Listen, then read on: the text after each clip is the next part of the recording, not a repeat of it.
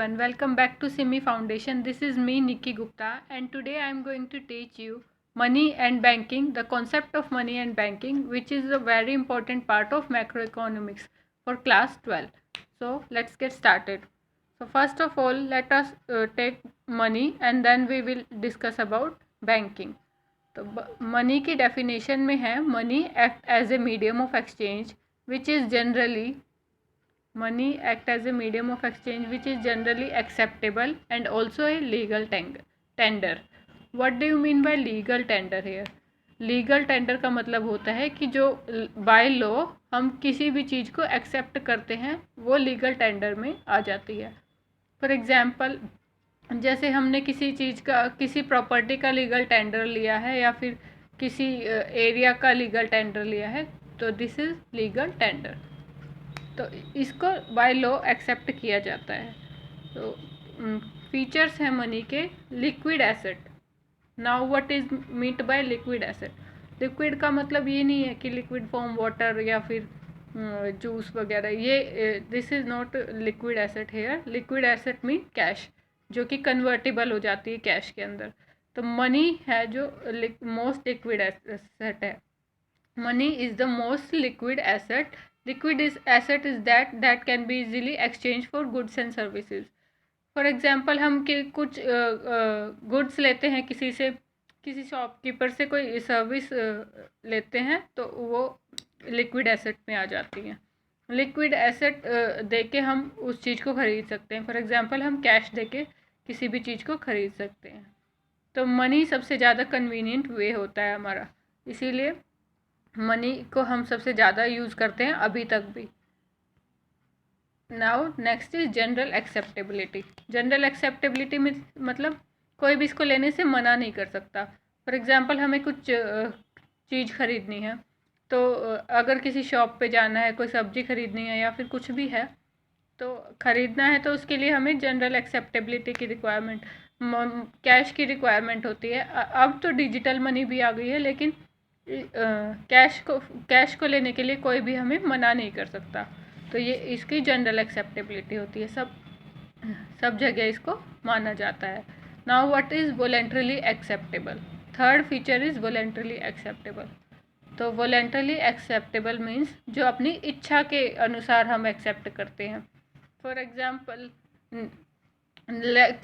हमने कुछ भी ख़रीदना है, तो एक हमारे पास बहुत सारे ऑप्शन होते हैं. क्रेडिट फॉर्म में भी ख़रीद सकते हैं हम, कैश फॉर्म में भी ख़रीद सकते हैं, कैश फॉर्म दे के भी ख़रीद सकते हैं, या फिर अब जो न्यू ट्रेंड है वो है डिजिटल मार्केटिंग, डिजिटल मनी का. तो डिजिटल मनी से भी हम ख़रीद सकते हैं. तो ये हमारी इच्छा होती है कि हम कैसे ख़रीदना चाहते हैं. तो this is the meaning of voluntarily acceptable. Now money and banking. Now evolution of money. Money का जो उद्गम है वो कहाँ से हुआ था? तो सबसे पहले हम मनी कहाँ से आया था, मनी की रिक्वायरमेंट हमें क्यों पड़ी थी, तो सबसे पहले हम इसकी बात करेंगे. तो सबसे पहले हमारे पास मनी आया था एज ए कमोडिटी. तो कमोडिटी में आया था हमारा barter system of exchange. Barter system को मैं आगे और डिटेल में समझाऊंगी मेरी नेक्स्ट वीडियो में, बट हम अभी इसका बार्टर सिस्टम का जो मेन मीनिंग है वो देख लेते हैं. बार्टर सिस्टम हेयर मीन्स कि हम कोई लाइक हमें चाहिए खाने के लिए रोटी या गेहूँ चाहिए हमें, तो गेहूँ के बदले में हमें किसी ऐसे इंसान को ढूंढना पड़ेगा. अगर हमारे पास काव है, गाय है बेचने के लिए, तो हमें किसी ऐसे इंसान को ढूंढना पड़ेगा जिसके पास गेहूँ हमें देने के लिए हो और गाय खरीदने, जिसको गाय की रिक्वायरमेंट हो. तो ये सबसे बड़ी डिफ़िकल्टी होती थी हिस्ट्री में. इसीलिए हमें मनी को लाने की ज़रूरत पड़ी थी, कैश फॉर्म को लाने की ज़रूरत पड़ी थी. Then we will move to metallic money. तो मेटालिक मनी मीन्स सिल्वर या फिर गोल्ड के कॉइन चलते थे पहले एक्सचेंज के लिए. किसी भी चीज़, वस्तु का आदान प्रदान करने के लिए हमें सिल्वर या गोल्ड को एक्सचेंज करना पड़ता था. तो ये भी काफ़ी डिफ़िकल्ट प्रोसेस था। Then move to the third one, that is paper money.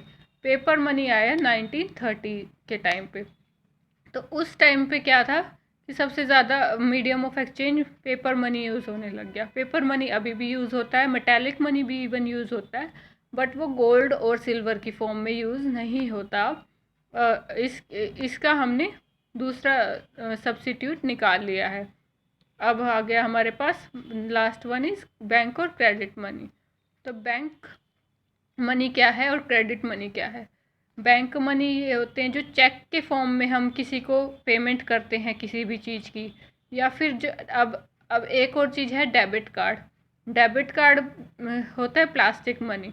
तो प्लास्टिक मनी का भी सबसे ज़्यादा यूज़ होता है अब, और साथ ही साथ डिजिटल मनी का भी यूज़ होता है। तो ये वाले जो हैं ये प्रोमिनेंट हैं, ये अभी तक चलते आ रहे हैं और आगे भी चलेंगे। Bank money, credit money, cash वाला फॉर्म भी आगे तक चलेगा।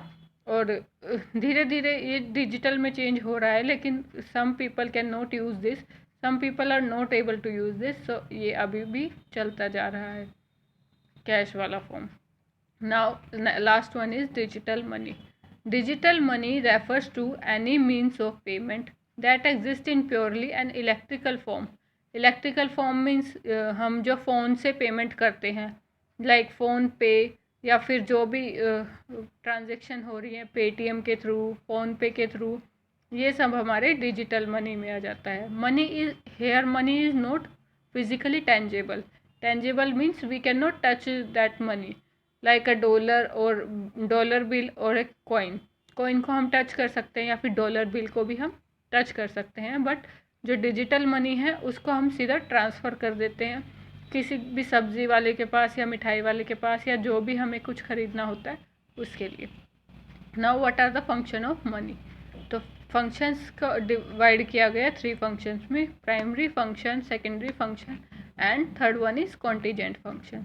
तो प्राइमरी फंक्शन की तरफ मूव करें तो सबसे पहले आएगा हमारा मीडियम ऑफ एक्सचेंज। तो money is a medium of exchange for us. Money medium of exchange कैसे है? लाइक हमें कैश देके कुछ भी सेल या परचेज करते हैं, किसी को हम कैश देके कुछ परचेज करते हैं, या फिर कोई हमें कैश देके वो चीज़ परचेज करता है, तो उस पर्सन हमारे लिए वो सेल हो गई, उसके लिए वो परचेज हो गई। तो ये है medium of exchange. Now measure of value. Measure of value means money को हम कैलकुलेट कर सकते हैं, मेज़रमेंट कर सकते हैं मनी का, कि कितने पैसे हैं हमारे पास। अभी कैश के फॉर्म में है तो कितने रुपए हमारे पास, we can measure it in terms of cash. The second function is secondary function. Secondary function में आएंगे store of value. Store of value में आएगा wealth can be conveniently store in the form of money. Conveniently मतलब आसानी तरीके से हम इसको, जो हमारी भी वेल्थ जो हमारी कमाई है उसको हम स्टोर कर सकते हैं। जब भी हमें ज़रूरत पड़ेगी तो हम उसको निकाल के आगे यूज़ कर सकते हैं। तो saving can be secured and can be use wherever and whenever required, इसमें लिखा हुआ है। अगर आपको इसके नोट्स चाहिए स्टूडेंट्स, तो आप मेरा टेलीग्राम चैनल भी ज्वाइन कर सकते हैं। उसमें मेरे प्रॉपर बनाए हुए नोट्स हैं।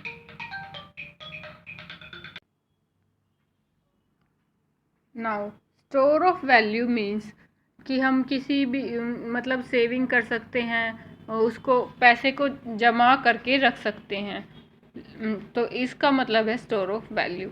Now second point is standard of deferred payment. Deferred payment क्या होती है? अब डेफर्ड पेमेंट हेयर मीन्स कि हमने जो भी कुछ ख़रीदा है, जो like credit has become the life and blood of modern capitalist economy.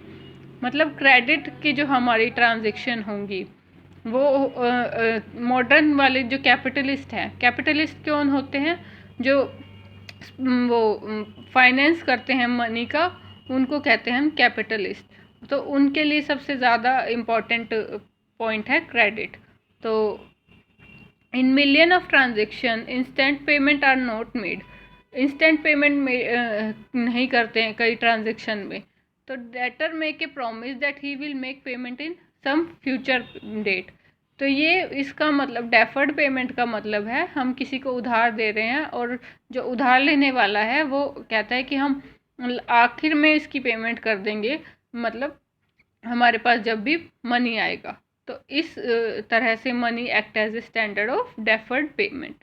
तो third one is transfer of value. Transfer of value means with money purchasing power can be transferred from one person to another person or from one place to another. This is due to its general acceptability.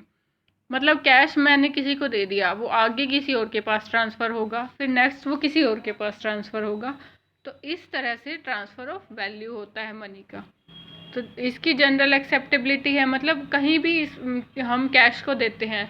अगर हमारे जैसे Indian rupee है, Indian rupee को हम अगर America में देते हैं तो उसको वो कन्वर्ट कराना पड़ता है, मनी को हम कन्वर्ट करा सकते हैं डॉलर में, तो उसके बाद इसकी पेमेंट हो सकती है। लेकिन अगर विद इन इंडिया हमें पेमेंट करनी है तो उसके लिए हमें ट्रांसफ़र ऑफ वैल्यू, उसके लिए हमें सिर्फ कैश की ज़रूरत होती है, इंडियन रुपी की ज़रूरत होती है। कुछ भी हम चीज़ खरीद सकते हैं या कुछ भी हम बेच सकते हैं। तो ये होता है ट्रांसफ़र ऑफ वैल्यू, कि हम वैल्यू जो है मनी की वैल्यू है उसको ट्रांसफ़र कर सकते हैं किसी अनदर पर्सन के पास। जिसके पास मनी हो गया उसकी वैल्यू बढ़ गई। तो ये है इसका मेन कॉन्सेप्ट। तो third one is contingent function. अब कॉन्टीजेंट फंक्शन क्या होते हैं? तो basis of credit. First function contingent function is basis of credit. The modern economy is based on credit, use of cheques, hundis and bills of exchange. जो bill हैं, bills of exchange है, promissory note हैं, वो सबसे ज़्यादा मतलब credit का use किस लिए किया जाता है? जैसे क्रेडिट कार्ड है हमारा, वो क्या होता है कि हम कुछ भी खरीद सकते हैं उस क्रेडिट कार्ड के थ्रू, लेकिन हमने उसकी अभी तक पेमेंट नहीं की होती, लेकिन हमें उसकी पेमेंट करनी होती है। तो चेक्स भी ऐसे ही होते हैं कि हमने चेक दे दिया तो उसके बाद हमने कुछ खरीद लिया उस चेक से, उसमें चेक में क्या होता है कि हमने पहले ही वो अकाउंट में मनी डलवा दिया था, फिर वो चेक जो उस मनी का जो चेक बन के आया उस चेक से हमने जो पेमेंट की। तो ये होता है हमारा कॉन्टीजेंट फंक्शन। अब होता है basis of distribution of income. कई बार हमारे पास कैश नहीं होता, तो कैश नहीं होता तो हम क्रेडिट का चेक्स का यूज़ करते हैं या फिर क्रेडिट कार्ड का या फिर डेबिट कार्ड का यूज़ किया जाता है। Second one is basis of distribution of income. Money has facilitated the task of factor payment और डिस्ट्रीब्यूशन ऑफ नेशनल इनकम। अब फैक्टर पेमेंट क्या है और डिस्ट्रीब्यूशन ऑफ नेशनल इनकम का क्या है? तो फैक्टर पेमेंट होते हैं हमारे 3 फैक्टर हैं, लैंड, लेबर एंड कैपिटल। तो लैंड के पास हम मनी ट्रांसफ़र कर सकते हैं, लैंड के बदले हम मनी ले सकते हैं। किसी को हम लैंड बेचते हैं, ज़मीन बेचते हैं तो मनी ले सकते हैं। उसके साथ साथ लैंड के बाद है हमारा लेबर। लेबर को हम किसी लेबर से काम करवाते हैं तो उसको हम कैश के फॉर्म में या किसी भी चेक के फॉर्म में उसको हम पेमेंट करते हैं। तो the third one is capital. Capital की पेमेंट करने के लिए भी, कैपिटल क्या है? मशीनरी या फिर जो भी हमने हमारी जो एसेट्स हैं, अदर एसेट्स हैं, उनकी पेमेंट करने के लिए हमें उनकी पेमेंट को हम फैक्टर पेमेंट कहते हैं। और डिस्ट्रीब्यूशन ऑफ नेशनल इनकम। अब नेशनल इनकम वाला चैप्टर मैंने आपको पहले भी बताया है। उसके अलावा if you have not watch my video please go and watch this. तो ये है मनी के कुछ फंक्शंस। अब हम नेक्स्ट वीडियो में करेंगे बार्टर सिस्टम ऑफ एक्सचेंज को। So I hope you like my video. Thank you and keep learning.